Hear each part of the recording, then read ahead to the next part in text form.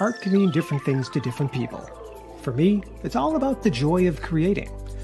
So if you draw, paint, write, dance, sing, craft, play air guitar, or even sculpt using nothing but mashed potatoes, consider yourself an artist and join the conversation. For the next half hour, meet the artist, learn about their inspiration, and enjoy the beauty of creativity. Welcome to Art Talk with John Cole Artist. Well, good evening, everyone, and welcome to Art Talk with John Cole Artist. A couple things up front. Today is the 28th of November, and I hope you all had a great Thanksgiving.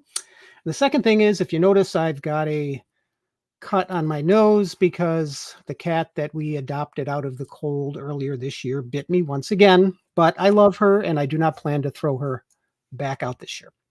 I want to say hello also to everybody that is listening live on either Facebook or YouTube, and of course, if you're listening to the replay on Spotify or one of the other major other major podcast platforms, thank you for doing that. Now tonight I have what I would consider a very special guest. I've known Brian Dooley for a very, very long time. As a matter of fact, right before we went live here, I had to have him remind me of when we worked together, and it was right around the turn of the century. So between 1999, 2000, and what I remember most about that, of course, Brian, is the staying up late to make sure that all the Coast Guard's computers didn't crash because we were all afraid of the year 2000, the Y2K bug. How are you doing tonight, Brian? I'm doing pretty good. I survived that Y2K bug. Yeah, I'm glad. I think, I think a lot of us did, because if I remember correctly, I don't think anything was really a major impact of that. So. Yeah, nothing broke. Yeah. So Brian, you are prior Coast Guard. You still work for the Coast Guard as a civilian, correct? Yeah. I do. So maybe you could tell our audience a little bit about yourself. Like John said, I met John a long time ago. Working in Alameda, it was a good experience. I had a good career with the Coast Guard. We did all the boat and the air station and the group and all this kind of stuff, and got to travel different places with my wife, Dora. So we've been married since 89. We have 2 kids, 2 daughters, and 2 fur babies at the moment, and life's pretty good. I did end up getting out of the Coast Guard. I joined the Air Force Reserve after I had left the Coast Guard, and I ended up retiring out of there. Mm-hmm. But I did come back to the Coast Guard, and been working here. I've been on this base one way or another in different capacities since 1999. So I've been here for a while. Yeah, just so you know, somebody named Dora Dooley says no, 1990. Oh, that's right. I met her in. Yes. A wife knows these things. Trust me. Yep. Trust me. So, but I'm so glad that you came on to me. I know I was pestering you there for a while, and folks, the reason I wanted Brian on is not only because, we've known each other for a very long time and we both have that Coast Guard connection. But let me tell you, this guy is just super creative, and I think, Brian, at one point you were a bit resistant because maybe you didn't think that you were. Maybe. But let me tell you, you've posted some pretty amazing things on my private group, which is We Are All Artists. And if you want to join that, just find that on Facebook and go ahead and check it out, because a lot of folks like Brian and myself and a whole bunch of other people are posting up some of the things that we're working on or have done in the past. But man, let me tell you, Brian, what really caught my attention right off the bat, of course, was some of the things that you're doing with 3D printing.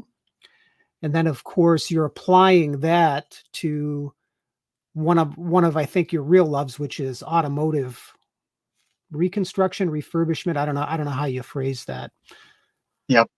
Yeah. No, it's that's just kind of it's my hobby, my thing that I do to, I don't know, to unwind or whatever. Right. Yeah, 3D printing is pretty cool. Additive manufacturing has got this huge upswing that's been around for a long time. just was super expensive, just like any other new technology is. And now it's kind of come down to the point where you can get really decent machines, and with a little bit of time investment in learning what the proper materials are for the job that you need to do, Right. learning how to do something in a CAD program, you can really design and make your own really cool stuff. I like to make functionals. That's what I call those pieces that that provide a bona fide function, as opposed to display piece. I like display pieces too. They're a lot of fun. And then I've also done a couple of little pieces for business, for display purposes, like commercial display. So, you know, someday I hope to have a business where, I can do this stuff as at least a money maker. I don't know, Right. but I do like to save money. I'm super cheap. So if I can make something myself, I'll do it. Yeah. So it's not, because I've never tried 3D printing. I mean, I don't have a 3D printer. I know I've looked at them in the past, and yeah, I would agree when the technology first, I think, became a consumer product, Yep. the prices were super high. And of course, what I think scared me the most about that was a lot of the videos and a lot of the reviews I saw, where you'd be using your filament, because it works with is it like a plastic? Is that what it does? Is it basically Yep. a plastic thing? Just these things mucking up, and and Yeah. it takes a while for a print, right? It does. I'm working on some bushings right now for my car.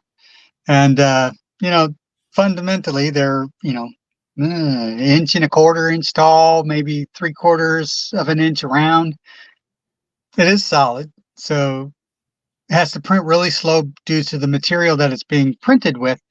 But, it's like 2.5 hours just to print that. I've had a lot of prints that take more than 24 hours to Right. complete. So yeah, it's not a quick process, even though they do call it rapid prototyping, but it's it's not always very rapid. Right, right. Now, Christine, my wife, is on. She says hello, beautiful souls, and you've met her, right? Didn't Yep. Yeah, yeah, when we were out in California. So, but she's also on. So, thank you, Christine, for joining us tonight. Um, yeah, the 3D printers now. And I only want to speak about this a little while longer, because again, this is something that I've never tried. And you being a creative person and doing these interesting things, right? Not just you know, um, display pieces, like you said, but also functional, like these bushings that you're talking about. Um, what if you don't mind me asking, what price range for somebody like me, if I wanted to follow in Sure. your footsteps, um, what are we talking about? I mean, are we talking $300 or $400 or more than that, or? You could get away with a cheaper one that's $300-400. You're gonna have a lot of learning and a lot of tweaking in order to get it to a point where you're just clicking and printing and going. Mhm. Um, you can get a good prosumer level kind of machine for around $1,000. Okay, that's not too bad. And no, it's not bad. And then, when you're kind of at that, you still have a little learning curve to play with, but you can click something, load it up, and get it printing in pretty short order, and have to learn little things, not this huge amount that a cheap printer would get you. Right. And then the filaments themselves. There are a variety of prices. So, PLA, that's the standard stuff that's made out of corn. Mhm. Um, 15 to 20, $30, depending on the quality. And there's different sheens of it and different kind of fancy stuff that they can do with it. But a basic one would be 15, $20. Yeah. More expensive one, 30 maybe. And then you can get into the exotic filaments, which are, like the nylons or some of these other things that really do take a specialized machine. And you're talking $100 for 1 pound, so it can be expensive, but what you're printing and what you're doing with that would be something that would be worth a lot more. So Right, right. Yeah, and I think because it uses 3D modelings, and you mentioned CAD, but I yep. I I think, if I'm not mistaken, you can use any 3D application as long as the device accepts that file type on the other end, right? Like, for example, Maya or Blender or one of those other 3D Yeah. applications. Yeah. Yeah. people use Blender all the time. I don't know about Maya. I think so for sculpting though. Yeah. So Right. really kind of those programs output you to a file that your slicing program will recognize. So there's a variety of file types that you can use. The simplest ones are like SLA, SLT, sorry. And it just is a kind of a transition file. So that output of that file gets put into your slicing program, and the slicer is what does all the numbers to correspond to the object on the print bed. So, Right. so there's definitely an in-between piece that will come with your printer. Right. Yeah, I think that's so cool. That's so interesting though, because I mean, if I put myself in my 1980s high school self and what we had for technology, which was basically a bunch of paints, a piece of board and some brushes, to where we are now, where we can digitally sculpt. Yeah. Right. So for me, sculpting is not something that I've done. Matter of fact, I think in my cabinet over here, I should pull it out sometime. I tried sculpting with that what's that polymer clay? What is that called? Fimo, whatever it's Oh, called. yeah. Or is that the food? No, that's phyllo. I don't know, whatever. Maybe somebody can tell me. Anyway, I tried sculpting this little Coast Guard dude, Brian, and I really ought to show it to you sometime, because it is the ugliest freaking thing I've ever done in my life. So I am not a sculptor. I just Yep. am not very good at that, which is okay, right? But you slide me into the 3D world, that's a completely different story. My brushes with sculpting using 3D stuff so far. Now, granted, it's been on my tablet or on my phone, so not a great platform to try to be super creative with. But all my faces that I've made with them, they all turn out to be potato people. So might take Something to be some. said about potato people. I'm just saying. Yeah, might So take some practice. yeah. So I'm I'll tell you gonna. what. What's that? I was just gonna say. I'll tell you what, though. I bet my kid could pick that up and do it in no time. She's Ah, crazy. and Christine says, I think you use Sculpey. Yeah, actually, I think you're right. So but is Fimo? Is that like food? That's not that dough, is it? Phyllo dough. I don't know. You know what? I'm not a baker either, so it's Sculpey. Got it. Anyway, I'm going to bring up a picture. I think it's one of your 3D things here. Yes. This is a picture of for those that don't have the video, it's the bottom half looks like it's a spark plug. Is that what it is? Yep, it's a spark plug, angry spark plug. I did not do the modeling on the file itself. I did the printing and the the painting work. Right. I got a series of these guys that I'm going to be working on. This guy's called Hothead. Okay. So he's a little angry and got his yellow teeth there. I'm working on another one named Chip. So he put a little chip in his teeth so that he's going to have a cracked porcelain piece. And so well, another one that'll be. That's another thing with 3D printing, right? Is that you can either find free files or purchase them. Right. Exactly. Yeah, I paid I think $2 to use this file, and then I could sell those if I wanted to print them and make them. I just can't sell the file. Right. So, yeah, that makes sense. Yeah. Yeah, it's like creative open license. Yeah, no, that's cool, because I think that for those folks that might be a little bit afraid, because when you're talking 3D applications, that's daunting to begin with. Yeah, and then of course you throw in the 3D printer itself technology, and that could have a learning curve. Even yep. Even if it's not huge, there's still a learning curve, and then you throw in now I have to come up with an idea thing. I mean that's 3 strikes, and it's like a lot of people are going to walk away and go, "This is just not for me." But it's what this reminds me of. It reminds me of what you do with those Cricut machines for paper and for vinyl and things like that. Right. Same idea. You have the option where you can create what you want and do it, or you download what you need and then you go that route. So yeah, that's very cool. I love that. Let's see what else. What else did I throw up here? Oh, that's right. Yeah, one of the things that we had that I found interesting is you posted some pictures up on Facebook, and then you mentioned your interest in metal casting. Yep. And you haven't done that yet. No, that's those pieces there, the little Studebomber insert. Yep. That Studebomber is kind of like, if I had a company name, or if I would, when I go to make one, it will be Studebomber Studio probably. Mhm. But Studebomber is like a, like a Studebaker car. So it's just one that's like kind of like my car. If you've ever seen pictures of my car, it's a little ratty.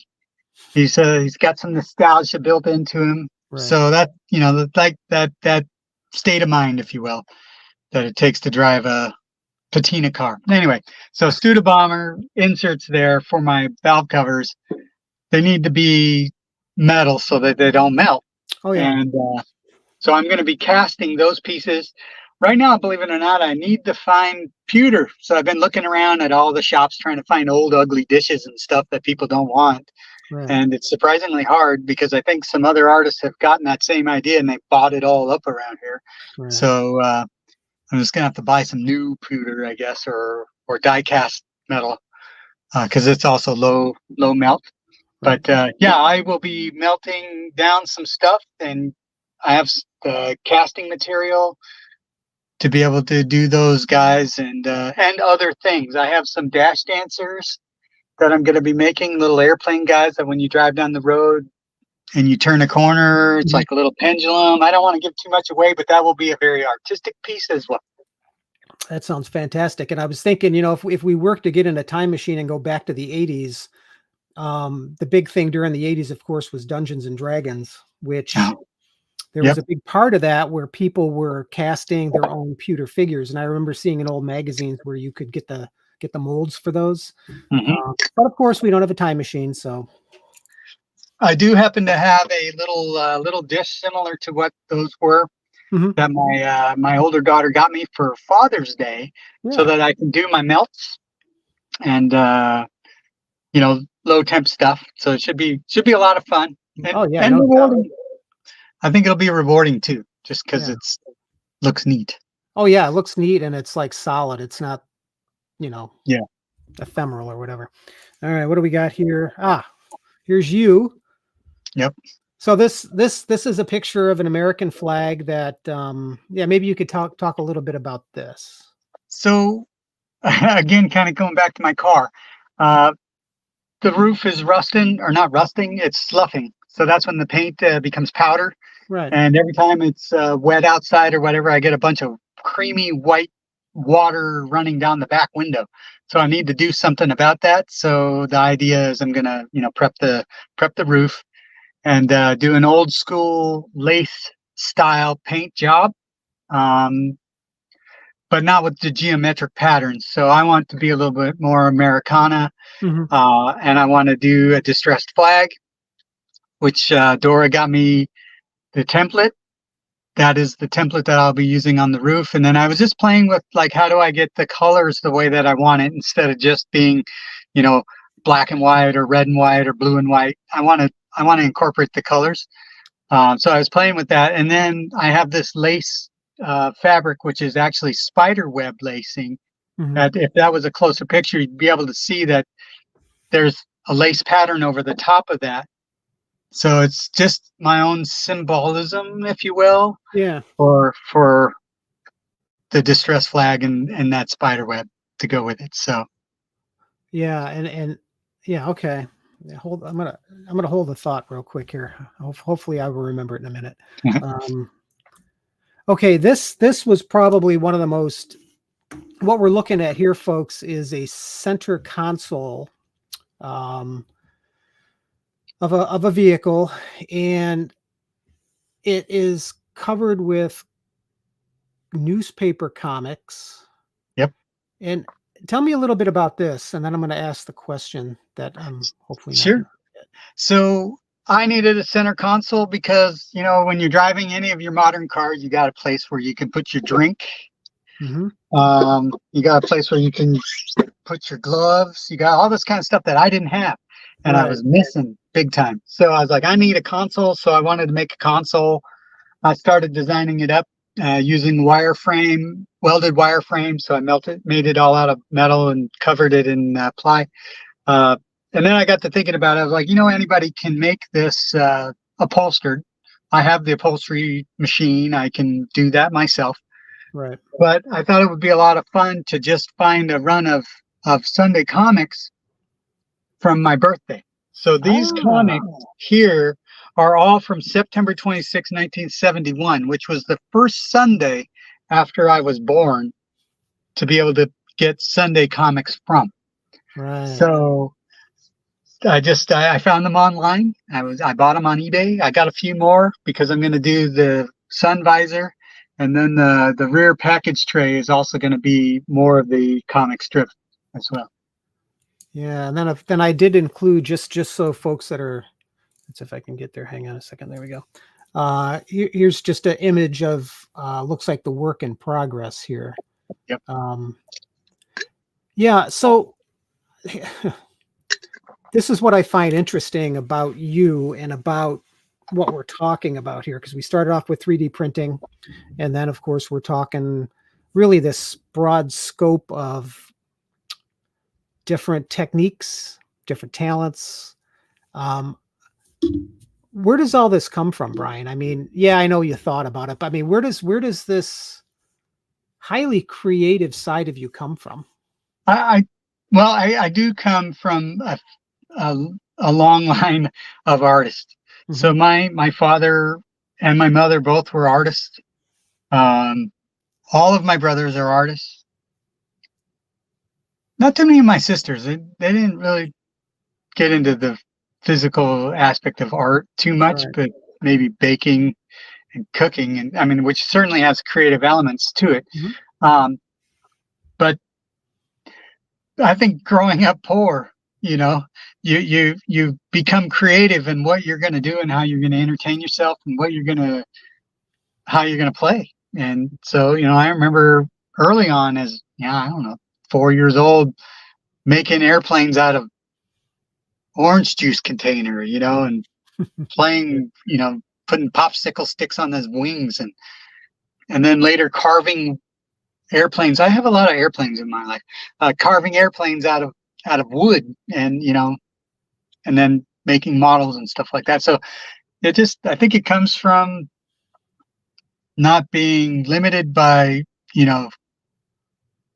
and not having your creativity stifled as a kid. Yeah. And then also just the fact that, if you didn't make it, you didn't get to play with it. So Yeah.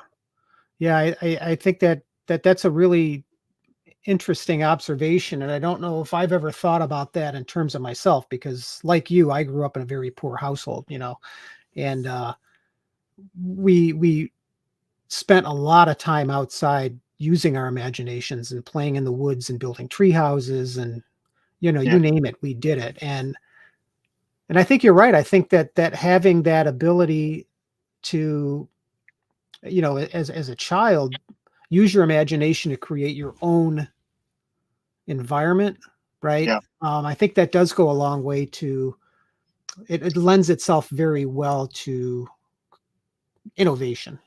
yeah.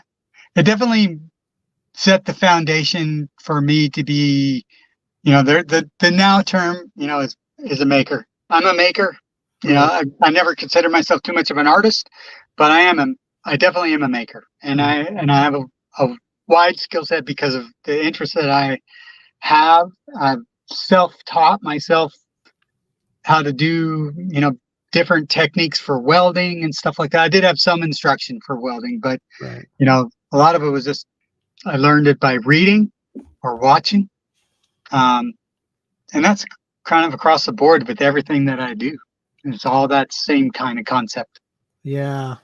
Yeah, we need more people like you in this world, because I think that that's really where, where we think new thoughts and we create new things. And I think that what you're doing is, like I said, it's amazing stuff. It really is. And I think that, when you call yourself a maker, and I respect that. I think to some respect, I probably have that in me as well. Um, but with my podcast specifically, I think the other side of that is, even if you're a craft person, right? Yep. Um, there is there is art behind that, because you go back to certain eras across time, and certain artistic periods. there, it's predominantly painting, drawing, and sculpting, but there is that component. Um, like Duchamp, for example, back in the, was it the late 1800s, early 1900s, with his ready-mades, which were basically ideas that he crafted using piece parts of different things, to send a social message, which is an art. You know what I mean? Yeah. So it's really interesting that we do tend to. Well, I mean, we use it all the time, arts and crafts. Right. What are your kids doing at school? Where they're doing arts and crafts? Well, why number one, why are you segregating the two? And then number two, is there really that much of a difference? Yeah, I think they blend into the art is that big category, and there's all kinds of different things that fall under.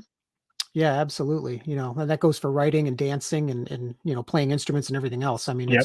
it's and even what we do, because you do information technology for a living. Yep. And I'd mentioned this before we got on the air. I think that, when you're in a technical field, a lot of times we might think that that we're kind of a technician, but in reality, if you're in any position where you need to solve somebody's problem and the answer isn't clear, there Yeah. is an art to that. There's a science, absolutely, right? Yep. But science alone doesn't solve why you can't log into your computer sometimes. Yeah. You know what I mean? Yeah, you have to be creative. You really do. So yeah, that's cool. So what's next for you? I mean, other than the finding the pewter, it's out there someplace. Right. Actually, I think that's kind of a big thing. I will keep plugging away on the little pieces and parts and projects on the car and stuff like that. Hopefully there'll be less have to do stuff and fun to do things instead. That I don't have to do right now. So I am a little tired of those ones. That's no fun. But yeah, I think that maybe getting into some of that, the casting and being able to do some of the artsy, like my dash dancers, I want to make those, and I want to turn around and sell them as little art pieces that you drive around with. So should be fun. Yeah, Christine had asked, do you sell any of your creations now? I would print things for people, but I have not really marketed to sell anything yet, but I want to. That is the goal. Yeah. I want to be able to pay for the sniper, electronic fuel injection system that I need for the car by doing this stuff. So, yeah, I always said to myself, it's really only been maybe the last year that I decided to do the pet portraits and kind of sell them. And I've talked about this on the show before. I am horrible at marketing myself. I'm horrible at it. Doesn't mean I can't get it over time, but at present, I just don't have control of that. And I set up this PayPal account, it's my business PayPal account. And I get so excited if like $25 comes in for something that I sold, because it's like, hey, I earned that, right? I mean, I put in my effort and people appreciate me and I get compensated for it, and there is something really cool about that. Yep. Yeah, I get that way when I get the stickers. We sell stickers that the kids designed, and then I have them sent out and print Studebomber stickers. So it's fun when I get that, especially when I sell them all over the world. So I've gotten stickers sold to New Zealand and England and lots in Canada and Australia. So that's cool. That's global. That's international right there. That's awesome. Yeah. I love it. All right, Brian. Well, hey, you know what? Again, I thank you so much for being on with me tonight. My pleasure. This afternoon.